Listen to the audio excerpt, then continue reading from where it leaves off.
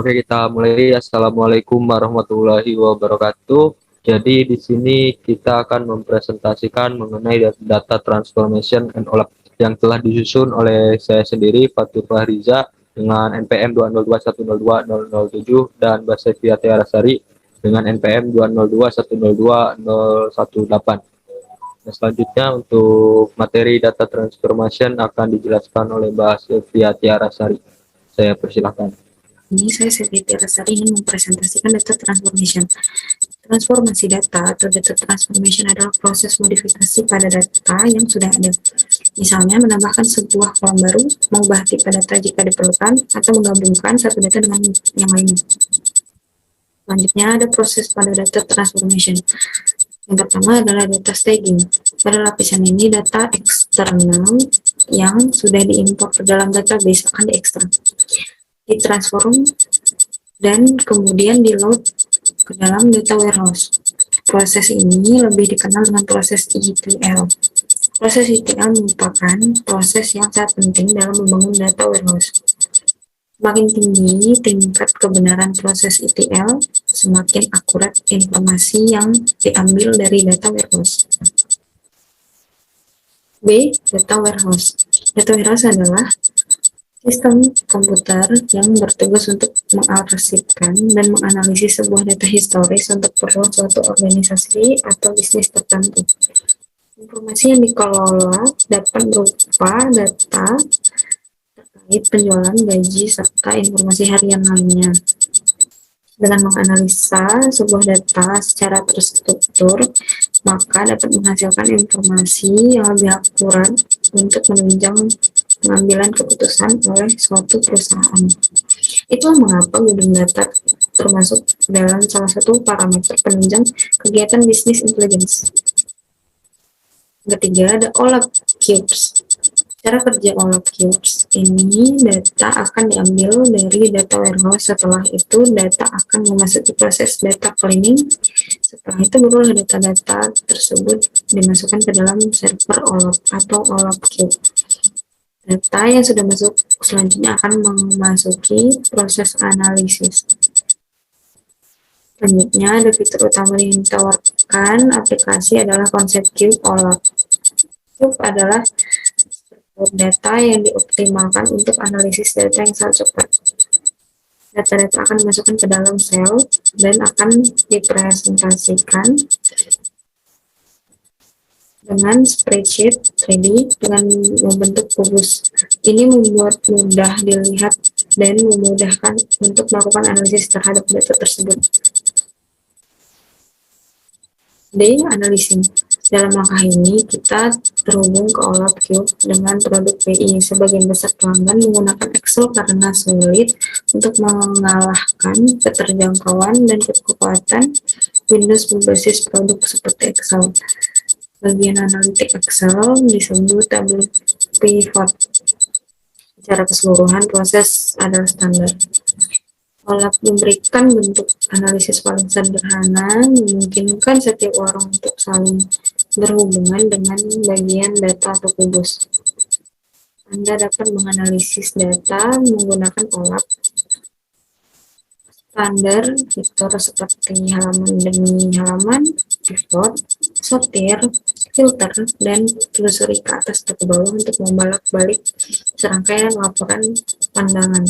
Analisis OLAP menawarkan Anda akses utama ke gedung datanya.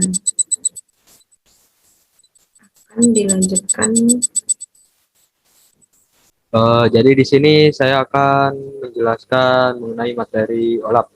OLAP sendiri itu merupakan singkatan dari Online Analytical Processing. Nah, apa sih OLAP sendiri? Nah, pemrosesan analitik online atau OLAP merupakan teknologi yang digunakan untuk menata database bisnis besar dan mendukung kecerdasan bisnis. Nah, database OLAP sendiri dibagi menjadi satu atau beberapa kubus, dan setiap kubus diatur dan dirancang oleh administrator kubus agar sesuai dengan cara Anda mengambil dan menganalisis data sehingga lebih mudah membuat dan menggunakan laporan pivot table dan laporan pivot chart yang diperlukan. Selanjutnya,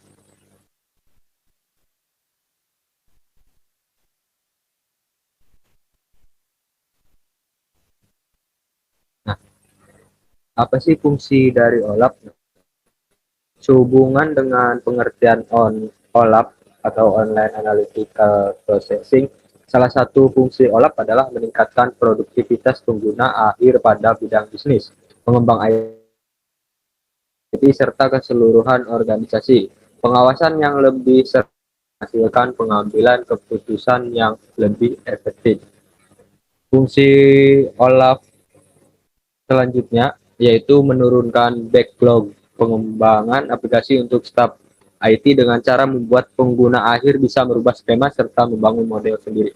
Next, itu tadi beberapa fungsi dari OLAP. Selanjutnya yaitu karakteristik dari OLAP. Yang pertama, mengizinkan bagi para pelaku bisnis untuk mempunyai pandangan logikal serta multidimensional terhadap data dalam data warehouse, memberi fasilitas pada analisis query secara interaktif dan kompleks bagi pengguna, mengizinkan pengguna dalam melakukan drill down sehingga memperoleh rincian secara lebih jelas atau roll up untuk agresi metrik selama satu dimensi bisnis ataupun multidimensi bisnis. Selanjutnya, mempunyai kemampuan untuk menyajikan perhitungan yang rumit serta perbandingan. Dan yang terakhir, menyajikan hasil dalam berbagai cara yang mempunyai arti dalam bentuk gambar maupun diagram.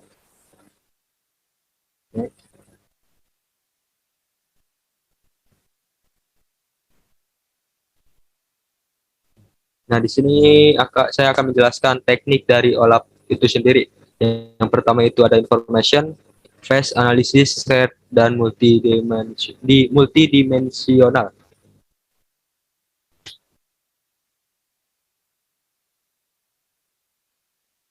Nah, tempat untuk penyimpanan OLAP itu di mana? Yang pertama, MOLAP.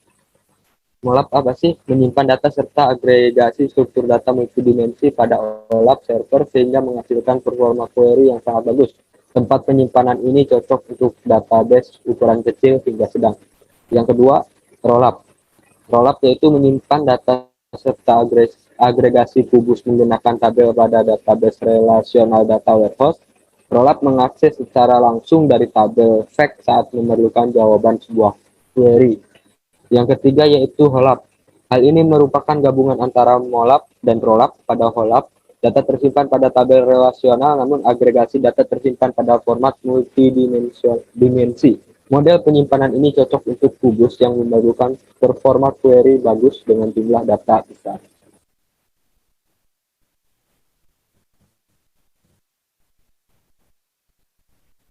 Selanjutnya, analisis proses ETL, Sistem Data Warehouse, Departemen Pertanian.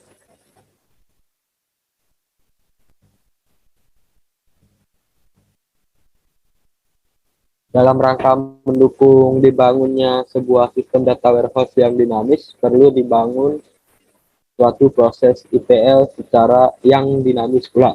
Proses ETL bergantung pada skema data sumber, proses transformasi, dan skema data output atau basis data integration layer. Proses ETL data warehouse Departemen Pertanian dilakukan langsung on the fly tanpa melibatkan tabel sementara sebagai perantara. Data diekstrak, kemudian dilakukan transformasi atau perpindahan, dan akhirnya di-load ke basis data secara langsung. Proses ini menghabiskan waktu proses ETL yang lebih cepat, tetapi di sisi lain menghabiskan resource atau penyimpanan pada sistem operasional dan sistem data warehouse itu sendiri. Selanjutnya, mungkin itu saja untuk mengenai pemaparan materi data transformation dan tutup sekian. Kami akhiri. Wassalamualaikum warahmatullahi wabarakatuh.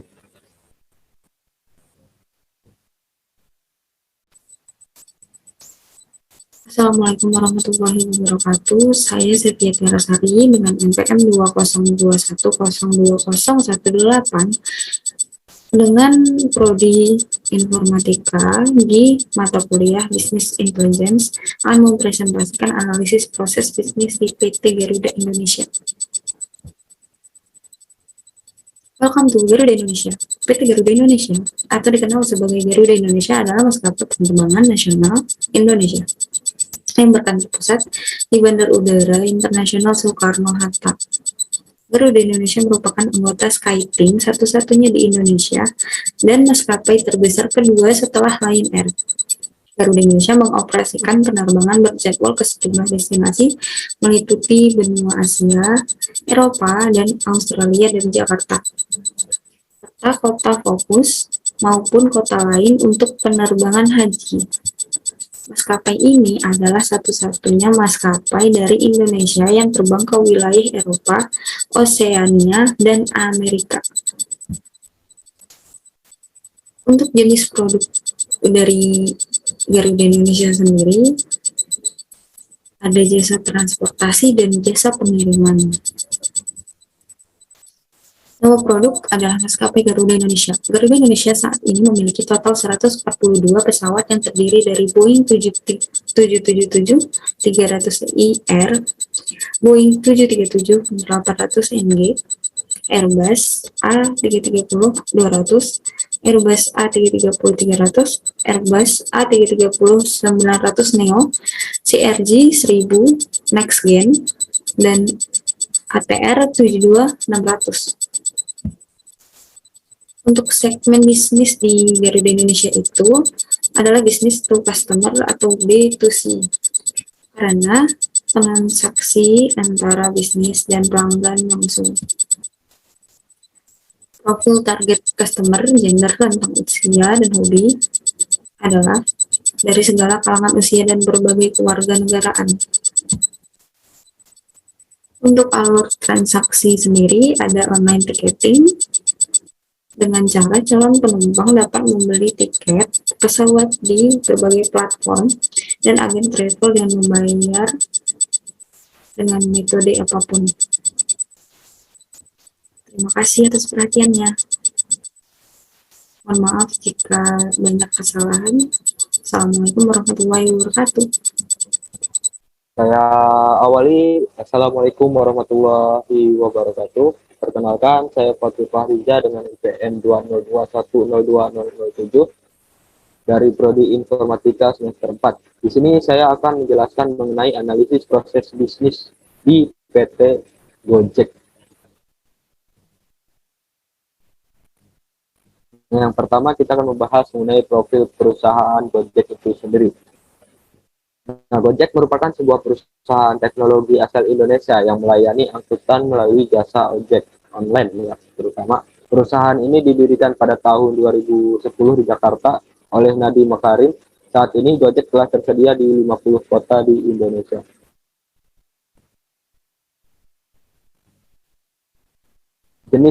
Jenis produk dari Gojek itu sendiri, yang pertama layanan transportasi dan layanan pengiriman.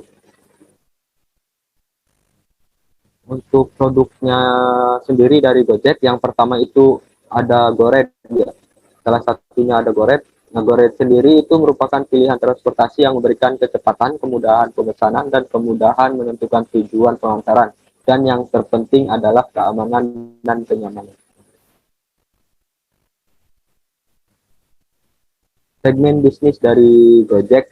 Segmen bisnis yang digunakan oleh Gojek yaitu B2C karena transaksi antara bisnis dan pelanggan itu secara langsung.